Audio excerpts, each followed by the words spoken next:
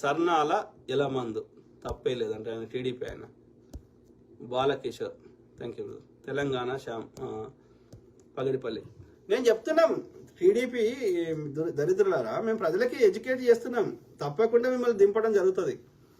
Telangana Shyam Pagadipalli. Red book నువ్వు ఎన్ని పాస్టర్లకి ఇంకా 30 కోట్లు ఇచ్చినా మేము ప్రజలకు చెప్తూనే ఉంటాం, నువ్వు అదే పాస్టర్లు మేము దింపుతారు. Red book, blue book, green book, yellow book, నా తొక్కల బుక్. ఈ లోకేష్ గాడికి సరిగ్గా రాజకీయాలే తెలియదు, ఏమి తెలియదు, రాజకీయాలు కాదు ఏమీ తెలియదు, ఏ విషయం మీద అవగాహన లేదు. వాళ్ళ నాయన తెలంగాణలో ఉన్న భూములు మొత్తం వాళ్ళ కులపోళ్ళకి కట్టబెట్టుకున్నాడు, మొత్తం దోసుకున్నారు. ఇలా జూబ్లీహిల్స్, బంజారాహిల్స్, నానక్రామ్ కూడా, హైటెక్ సిటీ అన్ని దోసుకున్నాడు చంద్రబాబు నాయుడు, దోసిపెట్టాడు. ఎవరికి తెలియదు చంద్రబాబు నాయుడు కుళ్ళు కుతంత్ర రాజకీయాలు. ఆయనకు తోడు సనాతన అధర్మ రక్షకుడు పవన్ కళ్యాణ్, కమ్యూనిస్టు చెగువీరా అంటాడు, మళ్ళీ సనాతన అధర్మాన్ని రక్షిస్తాడు. ఈ మోడీ వీళ్ళిద్దరికి ఎన్ని డబ్బులు ఇచ్చి ఈ 2 తెలుగు రాష్ట్రాలని నాశనం చేయమని చెప్పాడు. మోడీకి నిజంగా దమ్ముంటే చంద్రబాబు నాయుడు పైన కేసు పెట్టమను. గతంలో ఆయన చేసిన అవినీతి చాలా ఉందని ప్రజలకు వినకపోతే పెడతాడు. చంద్రబాబు నాయుడు వాళ్ళు చెప్పినట్టు వినకపోతే వీళ్ళ యొక్క అన్ని పార్టీల యొక్క వాళ్ళ లీడర్ల యొక్క ఏమంటారు బలహీనతల ఆధారాలతో కూడిన వాళ్ళవన్నీ ఉన్నాయి వాళ్ళ దగ్గర. డెఫినెట్లీ ఎవరు వినకపోతే వాళ్ళ మీద కేసులు పెడతాడు. ఇప్పుడు వివేకానంద రెడ్డిని చంపిన దాని డీటెయిల్స్ ఉన్నాయి వాళ్ళ దగ్గర, ఫోన్ డేటా అన్నీ ఉన్నాయి, కానీ అవి చూపెట్టి బెదిరిస్తాడు.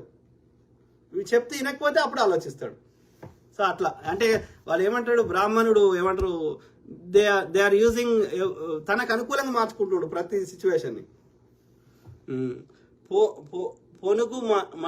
పొనుగు మాటి చంద్రకాంత్ అన్న బత్తాయిల మొగుడు మీరు. Thank you brother. Moses Prabhakar well said brother, thank you brother. కూటమి ప్రభుత్వం కుల మత పిచ్చిలో నడుస్తున్న ప్రభుత్వం. Correct brother, Moses Prabhakar. Telangana Shyam Pagadipalli. కూటమి ప్రభుత్వం కుట్రలు సౌత్ ఇండియాలో నడవవు, గుర్తుపెట్టుకో చంద్రబాబు నాయుడు, పవన్ కళ్యాణ్, ఆంధ్ర బీజేపీ అధ్యక్షుడు. నేను తెలంగాణ శ్యామ్ని చెప్తా ఉన్నా, రాజ్బోడాకి ఏమైనా అయితే ఖబర్దార్. తెలంగాణ నుండి వచ్చి మరి మీ ఆంధ్రాలో మీ కూటమి ప్రభుత్వాన్ని భూస్థాపితం చేస్తాం రాజకీయంగా. Thank you Shyam brother. వాళ్ళు ఏం చేయరు, చేసినా మనకు పోరాడే శక్తి ఉంది. మనం శాంతియుతంగా ప్రజాస్వామికబద్ధంగా డాక్టర్ బాబాసాహెబ్ అంబేద్కర్ గారు చూపెట్టిన మార్గంలో, మహాత్మా గాంధీ గారు చూపెట్టిన మార్గంలో, బుద్ధ భగవానుడు చూపెట్టిన మార్గంలో శాంతియుతంగానే అహింస మార్గంలోనే మనం పోరాటం చేద్దాం. ఒక నెల్సన్ మండేలా గారు 21 ఏళ్ళు జైల్లో ఉండి అయినా సరే తను యొక్క వివక్ష వ్యతిరేకంగా పోరాటం చేసి ఆయన ప్రెసిడెంట్ అయ్యిండు. సో కాబట్టి మనం ఏది మెల్లగైనా సరే మనము మన పాత ఏది అహింసలనే ఉండాలి, శాంతియుతంగానే పోరాడదాం ప్రజాస్వామిక పద్ధతిలోనే. ఎవరు మండేలా గారి లాగా జైల్లో ఉండి కూడా మనం పోరాటం చేద్దాం. కరెక్ట్ చెప్పినావు బ్రదర్ శ్యామ్, నువ్వు చదవకముందే చెప్పిన నేను. సో చేద్దాం ప్రజా సమస్యలు, అంటే వి థింక్ లైక్ మనం ఒకటే విధంగా ఆలోచిస్తామని అర్థం. శ్యామ్, పోరాటాలు చేద్దాం ప్రజా సమస్యల పైన. పెట్టుకోండి నరేంద్ర మోడీ డబ్బులు ఇచ్చి జడ్జీలను కొనుక్కుంటాడు కదా. మొన్న చూశాంగా యశ్వంత్ వర్మ అనేవాడు 150 కోట్లు తీసుకుంటూ దొరికిపోయాడు. వాడి వెనకాల ఉన్నది ఎవరు?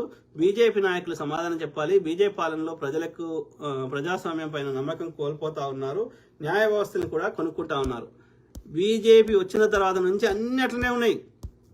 వాళ్ళు ఎవరైతే తమకు అనుకూలంగా తీర్పులు ఇచ్చారో వాళ్ళు రిటైర్ అయినాక వాళ్ళకి అన్ని మంచి పెద్ద పదవులు ఇచ్చేసాడు అమిత్ షా. తెలంగాణ శ్యామ్ పగిడిపోయి. కడుపు కాలిన వాడు బూతులు మాట్లాడకపోతే ఏమైనా ముద్దులు పెట్టుకుంటారా? ప్రభుత్వాలని కడుపు కాలిన పేద ప్రజల తరఫున మీలాంటి వాళ్ళు గొంతు ఎత్తుతున్నారు. నాకు చాలా సంతోషంగా ఉంది. ఈ పోరాటంలో నీ కోసం నా ప్రాణాలు ఇవ్వడానికైనా సిద్ధంగా ఉన్నాను. మనం ఎవరి కోసం ప్రాణాలు ఇవ్వదు బ్రదర్. మనకు నమ్ముకొని మన కుటుంబ సభ్యులు మనకు అనేక మంది ఉన్నారు కాబట్టి ప్రాణాలు ఇవ్వద్దు, తీయొద్దు. మనము ప్రజాస్వామికయుతంగా పోరాడాలి. అంటే మన యొక్క మెయిన్ మన ఏదైతే ఉందో మన మెయిన్ ఉద్దేశము దాని నుంచి పక్కకు దొరకద్దు. రెండోది ఏంటంటే బూతులు మాట్లాడితే ఏమవుతుందంటే ఆ ప్రజలకి మనం చెప్పాలనుకున్న ఉద్దేశం నుంచి మనమే ప్రజల్ని తప్పుదో అంటే డిస్ట్రాక్ట్ అవుతున్నట్లు లెక్క. అంటే మన మెయిన్ కాంటెంట్ మరుగున పడిపోతుంది, బూతులే హైలైట్ అవుతాయి. కాబట్టి మనం అందరూ సభ్య సమాజం అందరూ కంఫర్టబుల్గా మన ముచ్చటను వినే విధంగా ఉండే విధంగా మనం టాపిక్ నుంచి డైవర్ట్ కాకుండా బూతులు లేకుండా మాట్లాడదాం. ఏదో భావోద్వేగంగా బాడకావు దేడకావు ఇంతవరకు ఓకే, కానీ ఇవాళ కొంతమంది అయితే ఇక సభ్య సమాజం చెప్పుకోలేని విధంగా మాట్లాడుతున్నారు. అది వినడానికి చాలా మనకే ఇబ్బందికరంగా ఉంది. అప్పుడు ఏమవుతుంది, మనం చెప్పాలనుకున్న మెసేజ్ ఎక్కువ మందికి పోదు, వాళ్ళు షేర్ చేయరు, ముందు పోదు. కాబట్టి మనము సబ్జెక్ట్ నుంచి డీవియేట్ కావద్దు. ఎంత ఆవేశం ఉన్నా కొంత కంట్రోల్ చేసుకోవాలి. అదర్వైజ్ మన ఎఫర్ట్ మనము ఎంత ఎఫర్ట్ పెడుతున్నామో దానికి వాల్యూ ఉండదు బూతులు మాట్లాడితే. Jenny Vinod Kumar, yeah brother, ఇంకో నార్త్ అప్కమింగ్, కరెక్ట్. సో చాలా టైం అయినట్టుంది, కంప్లీట్ చేద్దాం. తెలంగాణ శ్యామ్ పగిడిపల్లి, అన్న నువ్వు భయపడకు మా ప్రాంతాలు. Thank you brother Shyam. ఎవరు శ్యామ్, తెలంగాణ శ్యామ్. బెంగాల్ అల్లర్లకు ప్రధాన కారణం ఈ అంధభక్తులు, గుజరాత్ అల్లర్లకు ప్రధాన కారణం ఈ అంధభక్తులు, మణిపూర్ అల్లర్లకు ప్రధాన కారణం ఈ అంధభక్తులు. ఎక్కడైనా బ్రదర్ గోధ్రా సంఘటన లేకపోతే పుల్వామా దాడి, భారతదేశంలో ఏ దాడి జరిగినా ఇంక్లూడింగ్ పాకిస్తాన్ తోటి, ఇంక్లూడింగ్ చైనా తోటి కూడా దాడులు చేయించింది వీళ్ళే అంటనే. వాజ్పేయి గారు సంజౌతా ట్రైన్ పట్టుకొని పోయిండు, ముషరఫ్ను కలిసి వచ్చిన వారం రోజులకే కార్గిల్ యుద్ధం అవుతుంది. అర్థమైందా? ఇదే వాజ్పేయి గారు కానీ మోడీ గారు చైనా పోయి కలిసి రాగానే చైనా వాడు ఏదో ఒకటి చేస్తాడు బార్డర్లో. అంటే వీళ్ళే చేయిస్తారు. ఎందుకంటే ఈ యొక్క దేశభక్తి పేరు మీద మనం డిస్ట్రాక్ట్ చేయడానికి వీళ్ళ ఫెయిల్యూర్స్ నుంచి. ఇవాళ ఇజ్రాయెల్ ఏమవుతుంది, ప్రజలందరూ ధర్నా చేస్తుండే వాడు దీపావళి మంచిగా పరిపాలిస్తాడు అని. ఇమ్మీడియట్గా వాళ్ళ యుద్ధం స్టార్ట్ అయింది. ఎట్లా స్టార్ట్ అవుతుంది అంటే ఇదొక స్ట్రాటజీ. ఇట్లా సేమ్ థింగ్ విత్ మతం. హిందువులను కొట్టాలి, ముస్లింలు కొట్టని ప్రచారం చేయాలి. హిందువులు కొట్టాలి, హిందువులను కొట్టాలి, క్రిస్టియన్ కొట్టినని ప్రచారం చేయాలి. ఎందుకని? వీడి దోపిడి నుంచి, వీడి యొక్క అడ్మినిస్ట్రేషన్ ఫెయిల్యూర్స్ నుంచి ప్రజల దృష్టి మరల్చాలి. సింపుల్. వీడి దోసుకున్నది ఏడిపోయిందని అడగొద్దు కదా ప్రజలు. అంటే వాళ్ళ మైండ్ని ఖాళీ ఉంచవద్దు, ఇంకో దిక్కు తిప్పాలి. మణిపూర్ అల్లర్లకు ప్రధాన కారణం అంధభక్తులు. తమిళనాడులో కరెక్ట్, తమిళనాడులో అల్లర్లకు కారణము యొక్క అరటి పండ్లు అమ్ముకునే వాళ్ళ మీద దాడులు చేస్తారు. ఈ యొక్క మసీదు పోయేటోళ్ళ మీద హోలీ రంగు పూసుకోమంటారు, మసీదుల ముందు పోయి జై శ్రీరామ్ అంటారు. వీడు చెయ్యని అన్యాయం లేదు. మరి వాళ్ళు ఏమైనా రాముని గుడికి వచ్చి అల్లా అనలే కదా వాళ్ళు. అంటే అరాచకం దుర్మార్గులు అపరాగాలని చేపిస్తారు. మళ్ళీ ఈ నాయకుని కొడుకులు వస్తారా? ఎవరు రాడు. అమిత్ షా కొడుకు వస్తాడా? రాడు. రాజ్నాథ్ సింగ్ కొడుకు వస్తాడా? రాడు. జంబికత్తలు పట్టుకుని రోడ్ల మీదకి. ఆ యొక్క మోడీకి సంబంధించిన అన్న పిల్లలు, అక్క పిల్లలు, వాళ్ళ చుట్టాలు వస్తారా? ఎవడు రాడు. ఎవడొస్తాడు? మళ్ళీ గదే శూద్రుడికి సంబంధించిన, బీసీలకు సంబంధించిన ఎడిపోరాలని జంబికత్తిస్తా, పొడుపోరా, సంపోరా అంటాడు. దుర్మార్గులు ఈ అంధభక్తులు. భీమా, కోరేగావ్, మాలేగావ్, మహారాష్ట్ర ఎన్ని అల్లరు. ఛత్తీస్గఢ్ ఆదివాసుల పైన కాల్పులు, ఇప్పుడు ఆపరేషన్ కగార్ అని చెప్పి మొత్తం యొక్క గిరిజనులని చంపేస్తున్నారు. ఎందుకని? ఆ గిరిజనుల భూములలో ఉన్న ఖనిజాలను దోసుకోవాలని. అదాని అంబానీ పేరు మీద వాని పేరు పెట్టి వానితో దోచుకోపిస్తుండే, కానీ వానికి 10 to 15% ఇస్తాడు. మిగిలినంతా 85% ఈడే తీసుకుంటాడు మోడీ. ఈ అంధభక్తులు పైగా దేశభక్తులు అని చెప్పుకుంటారు. అనేక మంది పాస్టర్లను చంపి పరోక్షంగా క్రైస్తవ సమాజాన్ని బెదిరిస్తున్నారు. అందరిని బెదిరిస్తారు బ్రదర్. వీళ్ళు వాళ్ళే ముస్లింలను ఏమో తక్కువ ఇబ్బంది పెడుతురా? అది బుల్డోజర్ అని చెప్పి మొత్తం ముస్లింలకు సంబంధించిన ఇల్లులన్నీ కూడా కొట్టారు ఏపీలో బీజేపీ రూల్ కరెక్ట్. బాలకిషోర్.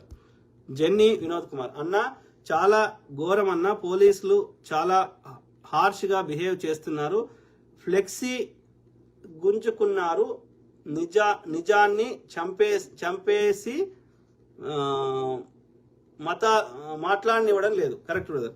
అందుకే నేను ఏమంటున్నా అంటే కొట్లాడాలి. ఇక ప్రజాస్వామిక విరుద్ధంగా గాంధేయ మార్గంలో, అంబేద్కర్ గారి చూపెట్టిన మార్గంలో, బుద్ధుడు చూపెట్టిన మార్గంలో, యేసుక్రీస్తు గారు చూపెట్టిన మార్గంలో ఏది శాంతియుతంగా నిరసన తెలిపి అక్కడ ఆ యొక్క ప్రవీణ్ బ్రదర్కి పెద్ద స్మారకం కట్టాలి. ఒక డాక్టర్ వైఎస్ రాజశేఖర రెడ్డి గారికి అట్లనే ఎన్టీ రామారావు గారికి, ఇంకా ఎవరెవరికో పివి నరసింహారావు గారికి, అనేక మందికి మనం స్మారకాలు కట్టుకున్నాం.